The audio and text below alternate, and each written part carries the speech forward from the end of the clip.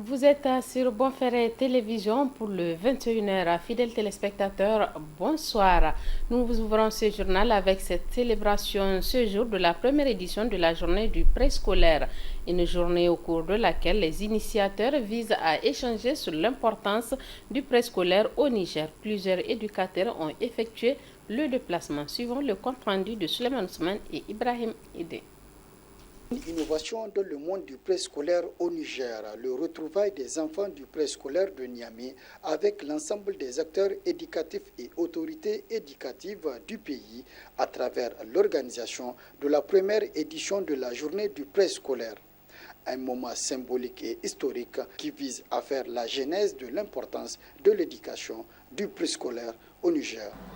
L'éducation préscolaire dans sa globalité vise à atteindre plusieurs objectifs spécifiques liés au bien-être, au développement et à l'épanouissement des enfants.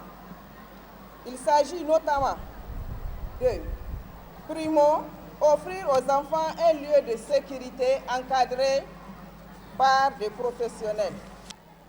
Cette journée est une occasion précieuse de mettre en lumière l'importance des jardins d'enfants et de sensibiliser l'ensemble de la société à l'impact positif qu'une éducation préscolaire de qualité peut avoir sur nos jeunes citoyens.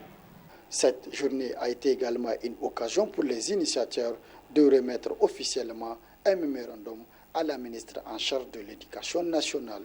Ce mémorandum visant à attirer votre attention sur l'importance cruciale de la revalorisation de l'éducation préscolaire dans notre pays. L'éducation préscolaire constitue une étape fondamentale dans le développement cognitif, émotionnel et social des enfants.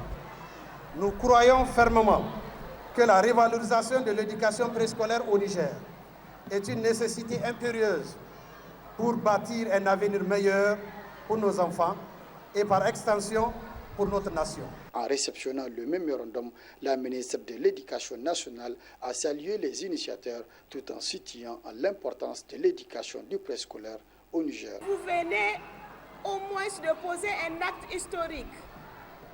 Cette première édition qui nous a réunis dans la joie, dans la communion et le partage.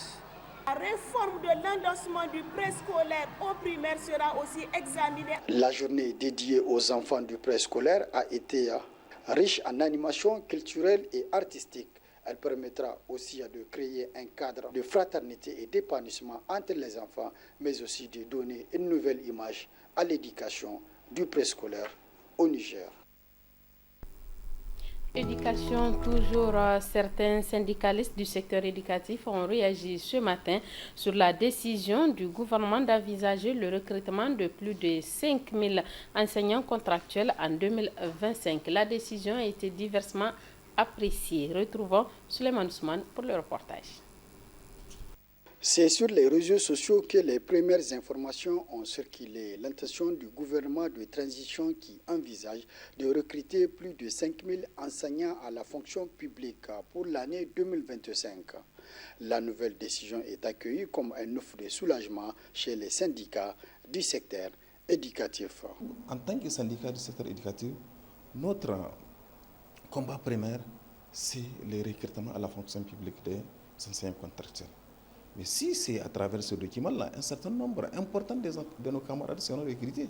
Nous, on ne peut que soutenir ces documents, on ne peut que soutenir cette action salvatrice du CNSP et du gouvernement à travers ces documents. Une fois ces recrutements est concrétisé, en tout cas, c'est environ la moitié des enseignants contractuels existants qui seront recrutés. Donc nous nous réjouissons de ce recrutement-là pour 2025. Pour la simple raison que, comme vous le savez déjà, il y a eu une annonce solennelle donc, en Conseil des ministres qu'il y a eu une allocation budgétaire de 17,9 milliards pour un recrutement donc, au niveau de l'éducation et de la santé en 2024. Donc après ce recrutement-là de 2024, nous allons donc avoir un recrutement échelonné encore sur 3 ans en 2025, 2026 et 2027, comme le stipule le décret. S'agissant de la concrétisation de cette décision, les syndicats restent catégoriques. On nous a fait beaucoup de promesses par rapport au recrutement et la majorité n'ont pas été tenues.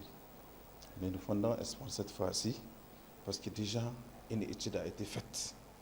Et dans cette étude, presque tous les ministères clés ont été mis en contribution. Cette fois-ci, au moins, et surtout que les contextes ont changé. Et nous allons les suivre pas à pas également. Et en ce qui concerne le recrutement aussi, nous n'allons pas croiser les bras parce qu'il y a ces plans de stratégie. Nous allons poursuivre notre combat, c'est de finir avec la contractualisation et dans un bref délai. Si le CNSP et le gouvernement tentent de nous endormir en nous faisant des annonces comme ce que faisait le régime dessus, et qu'au moment au terme de l'annonce, ils fassent encore une autre annonce, là, nous n'allons pas l'accepter. C'est-à-dire tout simplement que nous estimons qu'il y a déjà un recrutement qui a été annoncé pour 2024 dont l'allocation budgétaire a été déjà faite. Et nous estimons que 17,9 milliards pour un État, ce n'est pas quelque chose. Donc nous demandons au CNSP de tenir sa promesse de faire ce recrutement-là de 2024. Ce plan de recrutement pour l'année 2025 concernera 5 347 enseignants, dont 3 882 enseignants contractuels du secondaire. Il y a quelques jours, c'est un autre document portant sur la stratégie pilote sur le déploiement du personnel dans le secteur de l'éducation et la santé qui avait fait le tour des réseaux sociaux. Autre aspect de ce journal en réaction aux menaces et autres mesures annoncées par la CEDEAO lors de son tout dernier sommet extraordinaire concernant l'isolement diplomatique et politique des pays de l'Alliance des États du Sahel, la société nigérienne n'a pas tardé à réagir, suivant les propos de Abdoulaye Seydou de M62 à travers le micro de Aïchatou Mahamadou. La CEDEAO actuelle a du mal à accepter le départ du Burkina Faso, du Mali et du Niger de son organisation. En effet, le 105e sommet ordinaire des chefs d'État de la Communauté économique des États de l'Afrique de l'Ouest CEDEAO, tenu le dimanche 7 juillet 2024 à Abuja, évoque les conséquences de ce retrait. Omar Aliou Touré, chef de la commission de la CEDEAO, indique que le pays de l'AES risque l'isolement diplomatique et politique. Ce retrait affectera également les conditions de voyage et d'immigration des citoyens de ces trois pays, car ils auront désormais à mener des démarches en vue de l'obtention d'un visa avant de voyager dans la sous-région. Les citoyens de ces pays pourraient ne plus être en mesure de résider ou de créer librement des entreprises dans le cadre des facilités mises en place par la CEDEAO. Ainsi, ces trois pays vont devoir cesser d'utiliser le passeport de la CEDEAO, la carte d'identité nationale biométrique de la CEDEAO et l'assurance automobile carte brune de la CEDEAO à l'échelle régionale. Pour le coordonnateur des structures de la société civile, seul le Niger compte. Ces décisions sont le prix de la souveraineté et que les populations ne doivent pas se focaliser sur ces menaces. La question de la liberté d'aller et venir d'un pays à un autre, c'est avant tout des questions bilatérales. Et donc, nous avons la ferme conviction que la CEDEAO allait dans ce sens à partir de 2024. Et de toutes les façons, vous avez le principe de réciprocité qui va s'appliquer. Ça, c'est un. Et deuxièmement, comme je l'ai dit, nous avons également d'autres structures à partir desquelles vous avez la libre circulation des personnes et des biens. Vous avez par exemple le Conseil de l'Entente, vous avez le SILS, vous avez beaucoup d'autres structures, beaucoup d'autres structures à partir desquelles il y a cette libre circulation des personnes et des biens. Donc nous ne sommes aucunement préoccupés par cette épée de Damoclès qu'on fait planer sur la conscience des citoyens, non que les citoyens se tranquillisent, il n'y aura aucun problème par rapport à ça. Et de toutes les façons, je ne dirais pas qu'il n'y aura pas de difficultés, mais nous savons que ce que nous sommes en train de faire nécessite à ce qu'on soit confronté à des difficultés. Et c'est dans les difficultés qu'on construit tout ce qui est grand. Abdoulaye Seydou poursuit dans ses propos que les chefs d'État de l'AES bénéficient du soutien de leurs populations respectives et que cette jeune confédération n'entend pas rebourser chemin au stade actuel.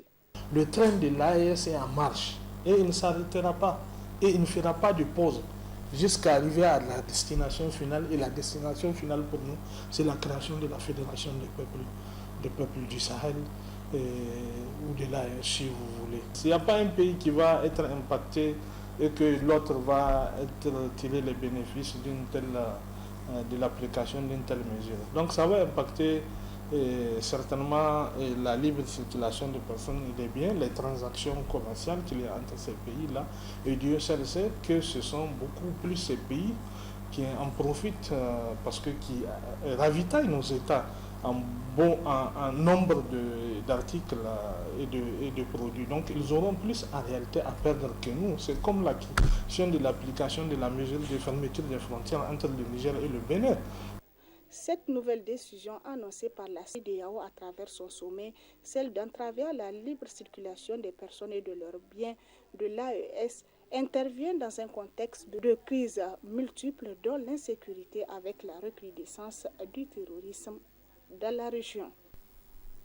Religion à présent, le lundi 15 juillet 2024 coïncide avec le jour de Ashura qui est le 10e jour du mois d'Allah dit Al-Muharram. Ainsi, le prophète paix et salut de Dieu sur lui nous a recommandé de jeûner. Quelle importance pour les musulmans?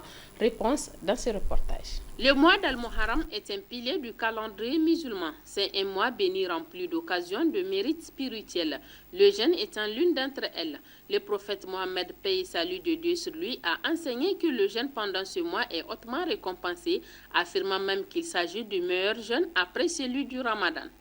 Cette importance que le prophète a donnée à ce jour de Ashura. D'abord, il nous dit Afdal al-Siyam بعد رمضان صيام في شهر الله الذي يسمى المحرم أو كما قال صلى الله عليه وسلم. Le meilleur jeûne volontaire après le mois de Ramadan, c'est le jeûne dans le mois d'Allah. Donc on l'a appelé mois d'Allah, pas parce que les autres ne le sont pas, comme disent les savants, mais pour nous montrer l'importance de ce mois de Muharram. Donc le meilleur jeûne après le mois de Ramadan, c'est le jeûne dans le mois d'Allah qui s'appelle Al-Muharram. Ainsi donc, si on veut jeûner en tant que croyant, après le mois de Ramadan et gagner des hasanats, il n'y a pas meilleur moment que ce mois de Muharram. Au point où, par rapport à ce hadith, certains savants, certains compagnons, ils jeûnaient la totalité du mois de Muharram. Pour nous montrer que l'importance de ce mois, mais surtout le 10e jour de ce mois qu'est le jour de Ashura. Le 10e jour d'Al-Muharram, connu sous le nom d'Ashura, occupe une place spéciale dans les cœurs des musulmans. Ce jour tire son importance d'un événement historique, à savoir le sauvetage du prophète Moussa alayhi salam et de ses disciples de la tyrannie du pharaon. Oustaz Yacouba nous rappelle quelques faits. Pour bien comprendre Ashura, on doit remonter à la hijra du prophète sallallahu alayhi wa sallam. Lorsque le prophète quitta la Mecque pour Médine, il a trouvé à Médine les tribus juives. Le 10e jour de ce mois de Muharram, donc le jour de Ashura précisément, les juifs le considéraient comme un jour de fête, au point où la grande majorité le jeûnait. Ainsi le prophète leur posa la question de savoir pourquoi autant d'engouement pour cette journée. Et eux de lui répondre, c'est le jour où Allah subhanahu wa ta'ala sauva Moussa et Bani Israël et son peuple du jour de Pharaon. Moussa l'a jeûné et nous aussi nous le jeûnons et prenons ce jour-là comme un jour de fête. En disant que eux ils l'ont pris un jour de fête, jeûnez-le vous. Ainsi, en ce temps, le jour de Ashura était un jour qui était obligatoire, le jeûne. 2 ans après, il y a eu la révélation pour l'obligation du jeûne du mois de Ramadan. Donc, le jeûne de Ashura perdit un peu le poids par rapport au mois de Ramadan. Le mois d'Al-Muharram est une période propice à la réflexion, la dévotion et à la purification spirituelle. Le jeûne du jour d'Ashura et des autres jours de ce mois offrent des opportunités uniques d'obtenir le pardon d'Allah et de renforcer notre lien avec la foi islamique authentique. C'est la fin de cette édition. Merci de nous avoir suivis.